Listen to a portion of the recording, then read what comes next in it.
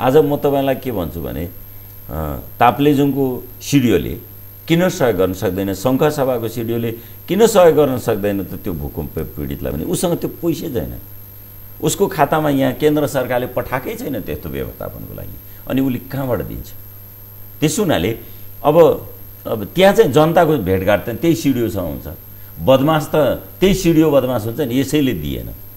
उहाँ केन्द्रबाट त प्रधानमन्त्रीले आएर जनकपुरमा अस्ति गएर भनिदिनु भयो यो जाडाले किन मान्छे मर्यो, जाडाले मान्छे मर्न पाइन्थ्यो, के हेरेर बस्यो? जाडाले मान्छे मर्न सक्छन्, शीतलहर भएको बेला यस्तो बेसकरी जाडो भयो बेला यो व्यवस्था गर्नुपर्छ भनेर राज्यले केही गरेछ? राज्यले केही नगर्ने, गएर एलडिओलाई सिडिओलाई नगरपालिकाको कार्यकारीलाई हप्काएर हिँड्ने, अब यो खालको हाम्रो परिपाटी छ। डाक्टर साहब, जस्तो तपाईँहरू संसदमा पनि हुनुहुन्छ र संसद जनताका जनसरकारसँग सम्बन्धित विषयहरू उठान गर्ने ठाउँ संसद हो। हाम्रो विगत यो संविधान सभा बनेदेखिको कुरा गर्ने हो भने हामी एकदमै न्यून विषय मात्र त्यहाँ प्रवेश पाएका छन् जनताका विषय, बाँकी राजनीति संविधान सभा शान्ति प्रक्रियासँगै यो समय व्यतीत भएको देखिन्छ।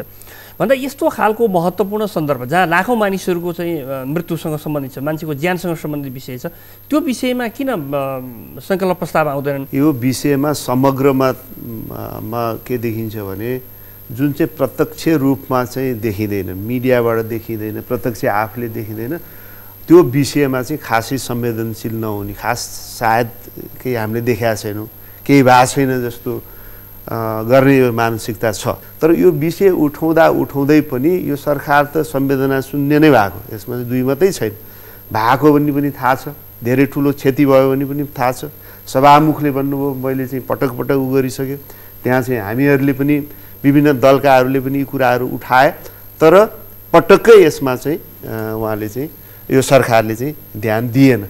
यसबाट के देखिन्छ भनेदेखि यो सरकार खालि कसरी चाहिँ के छ भने स्रोत साधन चाहिँ जुटाउने। अहिले म चाहिँ एउटा सन्दर्भ आयो भनिदिइहालौँ कि अस्ति भयो क्याबिनेटबाट उहाँहरूले चाहिँ यो चाहिँ ऊर्जा सङ्कट के गर्ने भनेर भन्नुभयो। 2071 सालसम्म सम्पन्न गर्ने चाहिँ आयोजनालाई चाहिँ थप रेट दिने भनेर त्यो प्राधिकरणले गर्ने कुरा सिधै क्याबिनेटबाट चाहिँ पास गर्नुभयो। त्यसको एउटै मकसद के हो भने जुन आयोजनाहरू अब चाहिँ 90% बनिसकेको छ, मेरै जिल्लामा अब चाहिँ त्यो बिजुली निकाल्ने भइसकेको छ 2 मेगावाट, त्यस्तै 10 मेगावाटको त्यहाँ मोदीमा छ। अब जुन आयोजनाले एउटा रेटमा सम्झौता गरेर उसले काम सम्पन्न गर्न थालिसक्यो, खुसीले गरिसक्यो, अहिले त्यसलाई चाहिँ अर्को चाहिँ थप रेट दिने भन्ने निर्णय गर्यो। यो पब्लिक रिसोर्सेसलाई चाहिँ प्राइभेट इन्ट्रेस्टको लागि चाहिँ गर्ने र त्यसबाट चाहिँ फाइदा उठाउने, यो विषयमा केन्द्रित सरकारले र कसरी त्यो चाहिँ विभिन्न यो मन्त्रालयको संयन्त्रबाट के निकाल्न सकिन्छ, कसैलाई प्राइभेट गेन दिएर त्यस बापत के आफूले के प्राप्त गर्न सकिन्छ, त्यो धाउनमा सम्पूर्ण यो सरकार र यसका चाहिँ यो जति पनि संकायहरू छन्, विभागहरू छन् अथवा मन्त्रालयहरू छन्, त्यहाँ केन्द्रित भइराखेको अवस्थामा जनता कहाँ मरिरहेछ, कहाँ विस्थापित भइरहेछ, तपाईँले भने जाडोले चाहिँ टेन्टमा बसिरहेछ भन्ने कुरामा कहाँ संवेदनशीलता छ? अनि ठुल्ठुलो आफैले कुरा अनिखेर ठुल्ठुलो कुरा गरेर यस्तो किन गरिनुहोस्, उस्तो किन गरिनुहोस् भनेर के अर्थ छ? सरकार संवेदनशील भएन मानौला, तर तपाईँहरू पनि त तपाईँहरूका अनेक माग राखेर तपाईँहरूले संसद चाहिँ बन्द गरिरहनुहुन्छ, तर जनताका पक्षमा जनताका माग राखेर यी जनता चाहिँ मरिरहेछन् है, जाडोले पिल्सिएर मर्न आँटे भनेर तपाईँले एक दिन संसदमा कुरा नउठाउने, एक दिन संसद अवरुद्ध तिनका पक्षमा नहुने, सरकार मात्रै त यहाँनिर असंवेदनशील देखिन नि। ठिक हो, संसदमा उठ्दै नउठ्या होइन, उठ्या छन्, तर बन्द चाहिँ त्यही नियममा गरिएन होइन। त्यो चाहिँ अब त्यसलाई चाहिँ गलत हो भने म चाहिँ गलत स्वीकार गर्न तयार छु। यद्यपि यो अहिले जुन बन्दको कुरा पनि जनतासँगै सरकार यो जनताको आफ्नो सम्पत्ति माथिको अधिकार नै खोज्ने जुन काम भयो, हेर्दाखेरि चाहिँ हामीलाई त पर्या छैन भन्ने लागिरहन्छ अरूलाई, भोलि सबैलाई त्यो पर्न सक्छ, त्यस कारण त्यो बन्द गर्नु पर्या हो। यद्यपि तपाईँले भने ठिक हो कि जुन तहको संवेदनशीलता सरकारले गरेन भने त्यही गर्न बाध्य गराउने काम विपक्षीहरूले चाहिँ गर्नु पर्थ्यो, त्यो गर्न नसकेको। खै म अर्को एउटा प्रसङ्ग पनि तपाईँहरूसँग गर्न चाहन्छु। जस्तो अब यहाँ त स्थानीय विकास मन्त्रालय चलाइ नै सक्नु भएको छ र तपाईँहरू आफ्नो पार्टी पङ्क्तिमा पनि पहुँच राख्ने नेता हुनुहुन्छ। अब यो स्थानीय स्तरमा विपद व्यवस्थापनको संयन्त्रलाई गाउँ स्तरसम्म पुर्याउनका लागि चाहिँ कस्तो खालको नीति जरुरी होला भन्ने लाग्छ तपाईँहरूलाई? म पाण्डेजीबाट सुरु गर्न चाहन्छु। पहिला मलाई सम्झना छ स्कुलहरूमा पनि स्काउट भनिन्थ्यो होइन, स्काउटको ट्रेनिङ, जुनियर रेड क्रस होइन, जुनियर रेड क्रस हुन्थ्यो। त्यसले यस्तो सामाजिक सेवाका कामहरू, यसको विपद व्यवस्थापनका मामिलामा, आगलागी भयो निभाउन जाने मामिलामा, यस्ता मामलामा सेना प्रहरी सँगसँगै मिसिएर स्टुडेन्टहरू पनि हामी टिचरहरूले लिएर जान्थ्यौँ। म पनि एक समय टिचर थिएँ। त्यो अलिक कता म यो स्कुल लेभलमा त्यो सबै हरायो जस्तो छ। अब यो राजनीतिक परिवर्तन पश्चात यस्तो सामाजिक सेवाको पक्ष चाहिँ अलि गौड भएर गएको जति देखिन्छ। हामीले पनि हाम्रा राजनीतिक सङ्गठनहरू हाम्रो गाउँ लेभलसम्म नै, ग्रासरुटसम्म नै हाम्रो सङ्गठनहरू छन् र ती सङ्गठनहरूमा एउटा पाटो चाहिँ गाउँमा यस्ता खालका विपद पर्दा त्यो व्यवस्थापनको लागि एउटा व्यवस्थित कमिटी पनि जरुरी छ है। र अब यो चाहिँ पक्ष प्रतिपक्ष हुने विषय पनि होइन। यो कुनै ल गाउँमा भूकम्प पीडित जनताको घर बनाइदिने भन्दा कोही बनाउने र कोही नबनाउने, कोहीलाई बनाउनै हुँदैन भन्ने कोही पनि निस्कँदैन। बनाउन नलाग्लान् बेग्लै कुरा, विरुद्धमा कोही बोल्दैन। अथवा राजनीतिको अति छाया चाहिँ त्यहाँ पर्नेवाला छैन, यो विषय पर्दैन। यस्तो विषयमा त्यो व्यवस्था गर्नका लागि तपाईँहरूको पार्टी चाहिँ तयार छ? हामी तयार रहनुपर्छ। अब भनौँ न, यस्ता कुराको लागि आपत्ति हुँदैन। हामी सानो एउटा ब्रेक लिन्छौँ, त्यसपछि फेरि यहाँहरू समक्ष उपस्थित हुनेछ। दर्शक, नेपाल गाउँ नै गाउँले बनेको सुन्दर देश हो। गाउँ बहुसंख्यक जनताको वासस्थान हो, त्यसैले शहरभन्दा गाउँको महत्त्व बढी छ। तर यही गाउँ सुविधा र सेवाको हिसाबले सबैभन्दा पछि पारिएको छ। जनता र राष्ट्रको नाममा राजनीति गर्नेहरूले गाउँलाई नै आधार बनाए र हरेक जस्ता चुनावमा उनीहरू समक्ष पुगेर आश्वासनको पोका राम्रैसँग बाँडे। तर पछौटे चिन्तनले उपलब्धि जनता समक्ष पुग्न सकेन। मुलुकमा हुने विपदबाट पनि गाउँकै जनता सबैभन्दा बढी प्रभावित हुने गरेका छन्। एम्बुलेन्स र दमकल जस्ता आपतकालीन उद्धारका सामग्रीहरूबाट समेत स्थानीय जनता वञ्चित छन्। यस्ता सामग्री लैजान अत्यावश्यक मानिने सडक जस्ता पूर्वाधारको समेत व्यवस्था हुन सकेको छैन। नेपालमा वर्षेनी हुने प्राकृतिक प्रकोपबाट थुप्रै मानिसले ज्यान गुमाउनु र धनजनको गति हुनु सामान्य हो। तैपनि राज्यका जिम्मेवार निकायहरूले त्यसतर्फ ध्यान पुर्याउन सकेको छैन। हरेक हिउँदमा झाडा पखाला फैलँदा जीवन जलको पोका नपाएर, सुरक्षित प्रसुति सेवा नपाएर र सिटामोलको चक्की नपाएर मृत्युवरण गर्नुपर्ने नियतिसँग अहिले पनि नेपालका अधिकांश मानिस जुधिरहेका छन्। हरेक वर्षातको समय दूर दराजका जनताका लागि बाढी पहिरो अकाल बनेर आउँछ। अझ केही वर्षको अन्तरालमा ठूलो क्षति पुर्याउने गरी आउने भूकम्प जस्ता प्राकृतिक प्रकोपतर्फ त सरकारको ध्यान पटक्कै जाँदैन। घटना भइसकेपछि उद्धार र राहतका नाममा सामान्य झारा टार्नु र फेरि अर्को वर्ष त्यस्तै विपदको बाटो कोर्नु राज्य सञ्चालकहरूको दैनिकी बनेको छ। समयको उद्धार हुन नसक्ने, पीडामा बाँचेकाहरूलाई राहतको लेपन समेत समयमा नपुग्ने मात्र होइन, पुनर्निर्माणको लागि त सरकारी निकाय उदासीन नै देखिन्छ। पछिल्लो उदाहरण बनेको छ गत असोज 1 गतेको भूकम्प, जसबाट प्रभावित जनताले अझसम्म पनि पुनर्निर्माणको सुइँको समेत पाएका छैनन्। केन्द्रीकृत राज्य प्रणालीले गर्दा यस्ता विपद व्यवस्थापनमा समयमै काम गर्न नसक्ने घाम जत्तिकै छर्लङ्ग भइसक्दा पनि उद्धार, राहत र पुनर्निर्माणका लागि चाहिने विपद व्यवस्थापनको संयन्त्र स्थानीय तहमा पुर्याउन सकिएको छैन। त्यसैले स्थानीय जनतालाई राज्य भएको अनुभूति दिलाउने हो भने अब विपद व्यवस्थापनको संयन्त्रहरू गाउँ विकास समिति स्तरसम्म विस्तार गर्नुको विकल्प छैन।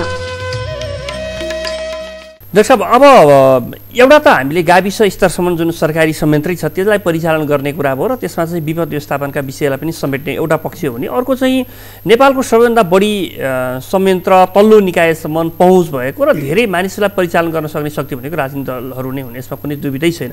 भन्दाखेरि तपाईँहरू मातहतका ती निकायहरू भनौँ न, तपाईँका विद्यार्थी सङ्गठन छन्, युवा सङ्गठन छन्, महिला छन्, किसान छन्, यी सबै खालका चाहिँ विङहरूलाई चाहिँ परिचालन गर्न अलिक ढिला भएन र? एकदम यो ढिला भइसकेको छ र जुन बेला आपत पर्छ त्यही बेला सबै चिज गर्न सकिँदैन अनि समस्या आउँछ। त्यसकारण एउटा व्यवस्थापन, हामीले विपद व्यवस्थापनको लागि केन्द्रदेखि स्थानीय तहसम्म एउटा चाहिँ सुदृढ संरचनाको व्यवस्था गर्नु पर्यो। केन्द्रमा एउटा उच्च स्तरीय संरचना र एउटा कोषसहितको, जस्तो उहाँले भन्नुभयो केही बजेटको केही प्रतिशत बजेट त्यहाँ रहने र अन्तिम समयमा चाहिँ अर्थ मन्त्रालय गुहार्नु नपर्ने, उनीहरूलाई छैन भनेर चाहिँ उनीहरूले चाहिँ टार्ने त्यो स्थिति नहोस्। त्यस्तै गरेर चाहिँ स्थानीय तहमा, गाउँ तह, जिल्ला तहदेखि पनि त्यो किसिमको एउटा कोषको व्यवस्था र त्यस्तो आपत पर्दा तत्कालै परिचालन गर्न सक्ने व्यवस्था।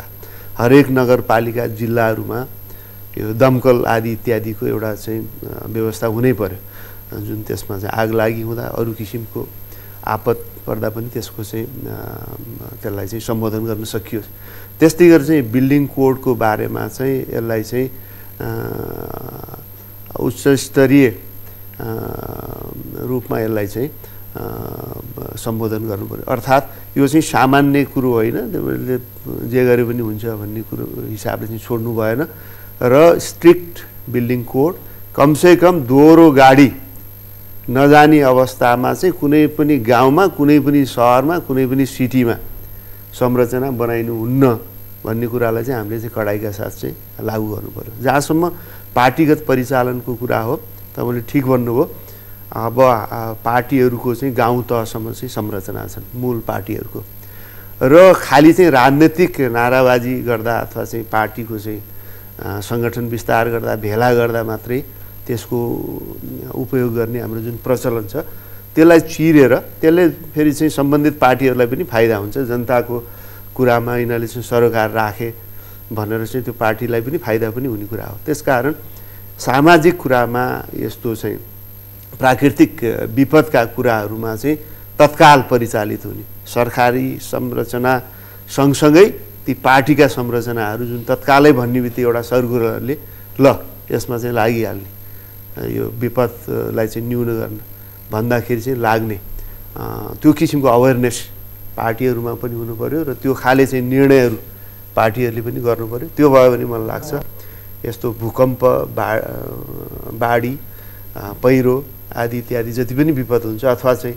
रोग व्याधिबाट आउने विपदलाई चाहिँ न्यून गर्नलाई मलाई लाग्छ पार्टीका संरचनाहरूको भूमिका चाहिँ ठुलो हुन सक्दछ। नेपाली कङ्ग्रेस तपाईँहरूको कार्यकर्तालाई यो विषयमा परिचालन गर्नको लागि तयार छ? एकदम एकदम यो गर्नै पर्छ र त्यसलाई चाहिँ हामीले कन्सियसली होइन निर्णय पनि गर्नु पर्यो कि अब यद्यपि आफसे आफ भोलन्टियरली मान्छेहरूले गरिराखेका हुन्छन् तर यसलाई चाहिँ व्यवस्थित किसिमबाट यो चाहिँ जिम्मेवारी हो है, यो चाहिँ महत्त्वपूर्ण जिम्मेवारी हो, जनताको सरोकारको विषय चाहिँ हाम्रो सरकारको विषय हो भनेर सङ्गठित रूपमा व्यवस्थित रूपमा निर्णय गर्ने र कार्यान्वयन गर्ने काम हुनुपर्छ। नेकपा एमाले पनि यसको लागि तयार छ? एकदम तयार छ। म तपाईँलाई के बताउँ भने अलिअलि के सुरुवात भएको छ भने अलिअलि राजनीतिक इच्छाले पनि सुरुवात भएको छ, प्रतिस्पर्धाको लागि पनि सुरुवात भएको छ। कुनै कुनै ठाउँमा नेपाली काङ्ग्रेसले झन्डा गाडेर रोड खन्न थाल्यो भने त्यो एमालेलाई टाउको दुख्छ, लोभ्यायो अब उनीहरूले मात्रै हामी पनि जानुपर्छ होइन, हामी पनि हामी देखेनौँ भने त हामी त माइनस भइहाल्यो नि भन्ने छ। त्यो एउटा निर्माणमा प्रतिस्पर्धा बनि त राम्रो पक्ष बनि हो। यस्तै खालको प्रतिस्पर्धा एउटा सँगसँगै मिलेर जाउँ है यो काम गर्नलाई भन्ने चाहिँ अब यो आगलागी विपद व्यवस्थापन पनि सबै व्यवस्थापनमा पनि हामी जान जरुरी छ। धन्यवाद यहाँहरू दुवैजनालाई। हाम्रो निर्धारित समय पनि सकिएको छ, आजको लागि समय उपलब्ध गराउनु भयो। यहाँहरूलाई टक अफ द टाउनको तर्फबाट म हार्दिक धन्यवाद दिन चाहन्छु। धन्यवाद। आदरणीय दर्शकवृन्द, यहाँहरूलाई पनि हामी हार्दिक धन्यवाद दिन चाहन्छौँ। आज हामीले कुराकानी गऱ्यौँ विपद व्यवस्थापनका सन्दर्भमा, खास गरिकन स्थानीय निकायसम्म यो संयन्त्रलाई कसरी परिचालन गर्न सकिन्छ भन्ने बारेमा। हामीसँग हुनुहुन्थ्यो नेपाली कङ्ग्रेसका नेता डाक्टर प्रकाश शरण महत अनि त्यस्तै गरेर हुनुहुन्थ्यो नेकपा एमालेका नेता राजेन्द्र पाण्डे। उहाँहरू दुवैजनालाई तपाईँहरूका तर्फबाट पनि धन्यवाद दिँदै आजको यस कार्यक्रमबाट हामी सबैजना बिदा चाहन्छौँ। नमस्कार।